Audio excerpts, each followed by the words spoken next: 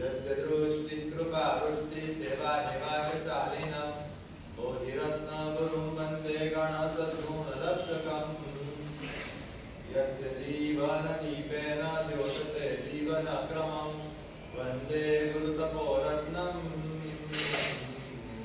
सद्गुणादर्श जीवनम्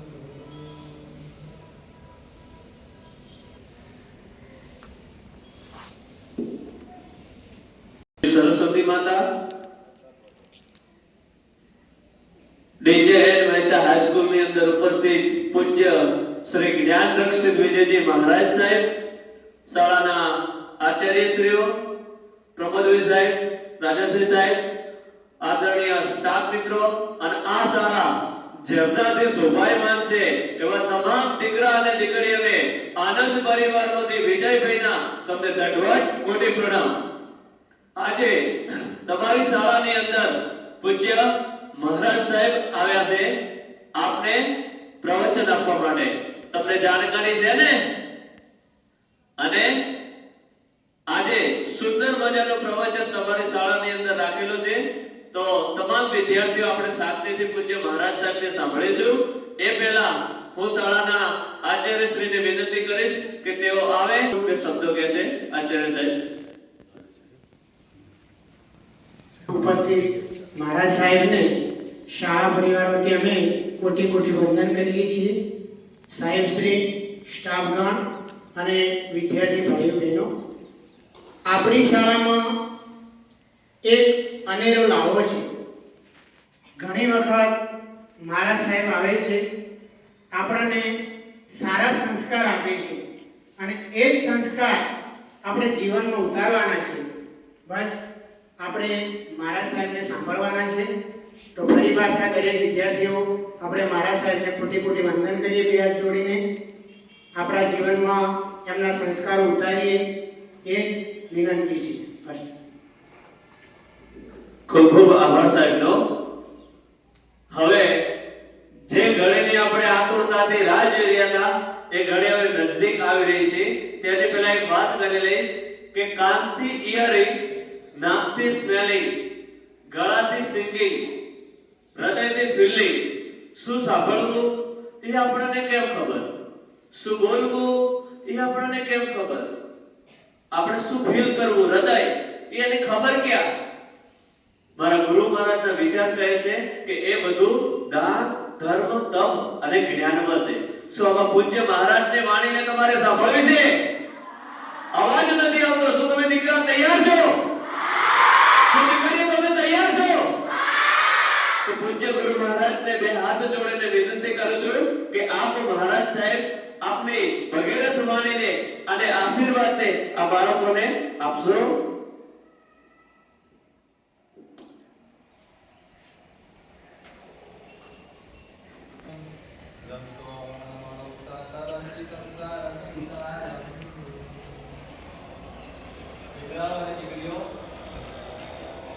આજે આપણા સરસ મજાની જીએન મહેતા પ્રાઇમરી પ્રાથમિક શાળામાં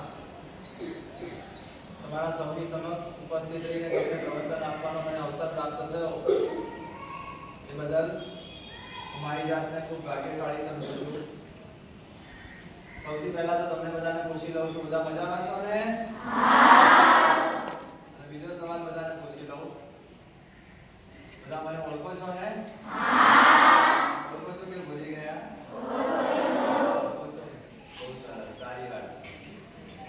ગયા વર્ષે હું શાળામાં નહોતો આવી શક્યો, એના આગલા વર્ષે શાળામાં આવ્યો ને? અને 2 વર્ષ પહેલા મળ્યા હતા, શાળામાં મળ્યા હતા। તમે મને યાદ કરતા હતા કે નહીં? કરતા હતા?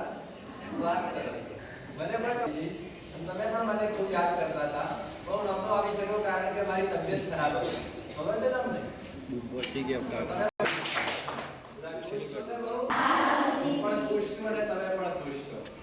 આજે બાળકો તમને એક બીજી વાત કરું છું, એક સરપ્રાઈઝ। તમને ખબર નથી એ વાતની સરપ્રાઈઝ તમને આપવા માંગુ છું। હમણાં થોડા દિવસ પહેલા વિરડીમાં એક મેડલ વિતરણનો કાર્યક્રમ યોજાઈ ગયો, ખબર છે ને? હા, પણ તમને મેડલ આપવાના બાકી છે ને? તમારા માટે આજે અહીંયા મેડલ લઈને આવેલા છીએ। બોલું?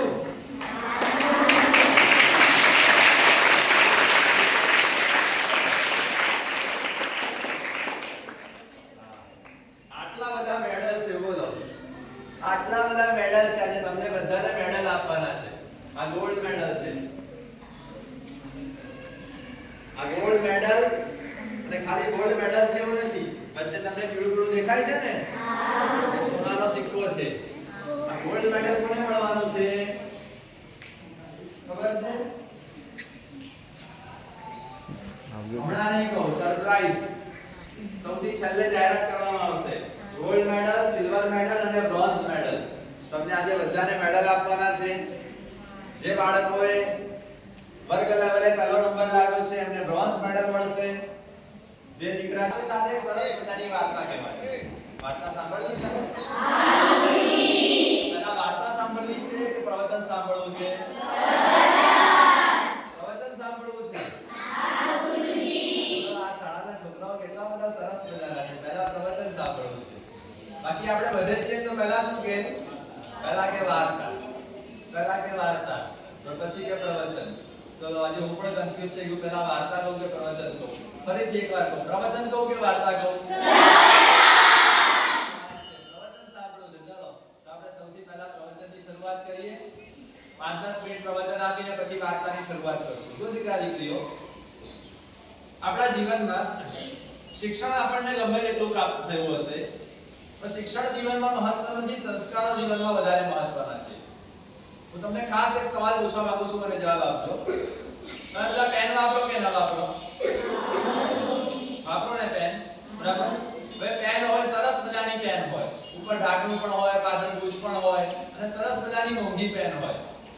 150 રૂપિયાની પેન હોય. કેટલા રૂપિયાની? 150. ગમે તેટલી મોંઘી પેન હોય, ગમે તેટલી સરસ પેન હોય, પણ અંદર રિફિલ ન હોય તો એ કામ લાગે? ના લાગે. રિફિલ વગરની પેન કોઈ કામ લાગે? રિફિલ વગરની પેન કોઈ કામ લાગે? જેમ રિફિલ વગરની પેન કોઈ કામ ન લાગે, એમ સંસ્કાર વગરનું શિક્ષણ કોઈ કામ લાગે? બોલો સરસ. કેટલો સરસ તમે જવાબ આપ્યો. જેમ પેનમાં રિફિલ એ મહત્વની છે, એમ શિક્ષણ અને જીવનમાં સંસ્કાર એ મહત્વના છે. સંસ્કાર એ બહુ મહત્વની વસ્તુ છે. અને તમને બીજી એક વાત પૂછી લો. તમે પરીક્ષા આપવા માટે બેસતા હશો ને ક્યારે? તો પરીક્ષા આપવા માટે તમે બેઠા હો, પેન તમારી સડસડાટ ચાલતી હોય, એ વખતે પેન તૂટી જાય, પણ રિફિલ અંદર સાબતી હોય, રિફિલ અંદર તૈયાર હોય, તમે રિફિલ થી લખી શકો કે ન લખી શકો? તો પેન વધારે મહત્વની કે રિફિલ વધારે મહત્વની? પેન એક વખત નહીં હોય તો ચાલશે, પણ રિફિલ તો જોઈશે ને જોઈશે.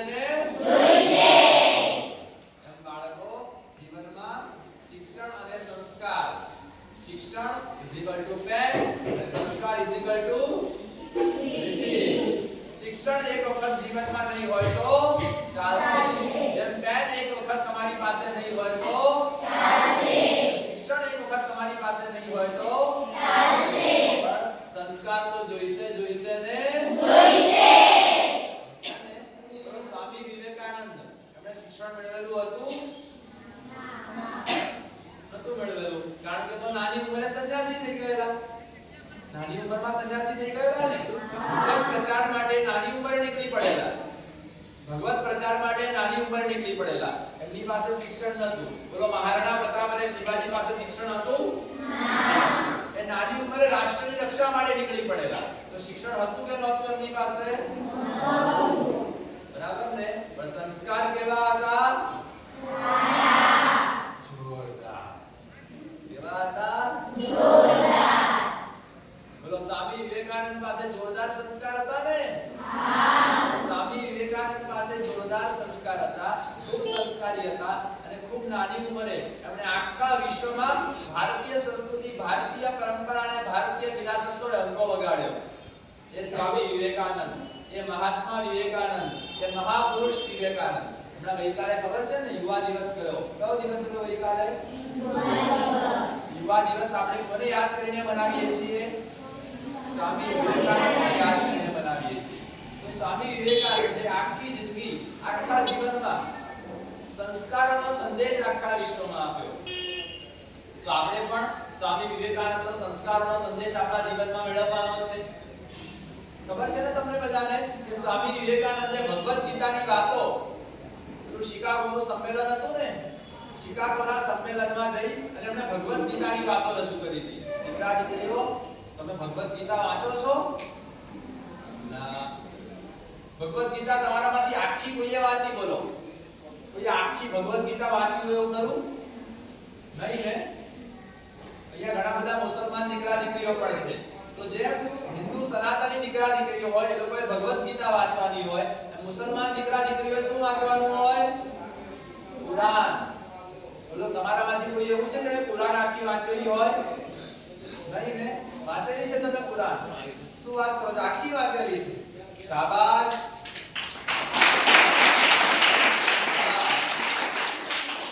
કોઈ કુરાનની તમને આયત આવડે છે? આયત મોઢે આવડે છે? હા, તો બોલશો ઊભા થઈને? ઊભા થઈને બોલો. કોઈ આયત તમને આવડતી હોય તો ઊભા થઈને બોલો. સૂરતુલ ફાતિહા મક્કી. અલ્હમ્દુલિલ્લાહી રબ્બિલ આલમીન. અર-રહમાનિર રહીમ.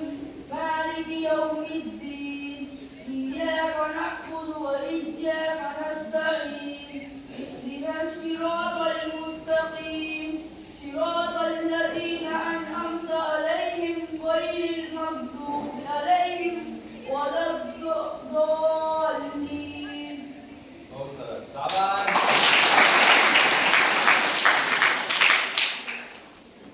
તમારામાંથી કોઈને ભગવદ ગીતાનો કોઈ શ્લોક આવડે છે? પરિત્રાણાય સાધુના વિનાશાય ચ દુષ્કૃતામ. કોઈને આવડે છે કોઈ શ્લોક? હા, કોઈને આવડે છે? નથી આવડતું ને? વિજયભાઈ સાહેબ તમને આવડે છે ને? ચલો આવીને સંભળાવો. જો અમારા વિજયભાઈ સાહેબ છે એમને સરસ મજાનો ભગવદ ગીતાનો શ્લોક આવડે છે, તમને સંભળાવે છે.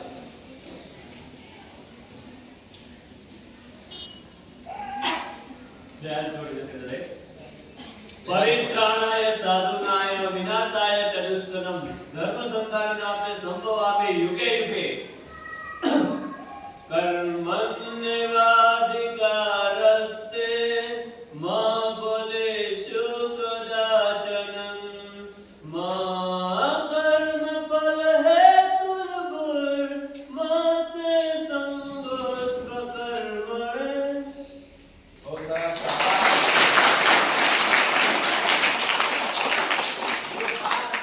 આજે તમને બધાને મારા હૃદયથી હું પ્રેરણા કરું છું. મામકા પાંડવાશ્ચૈવ કિમ કુર્વત સંજય. ભગવદ ગીતાની શરૂઆત કરી છે ને ત્યાં જ કીધું છે કે ધર્મક્ષેત્ર એવા કુરુક્ષેત્ર.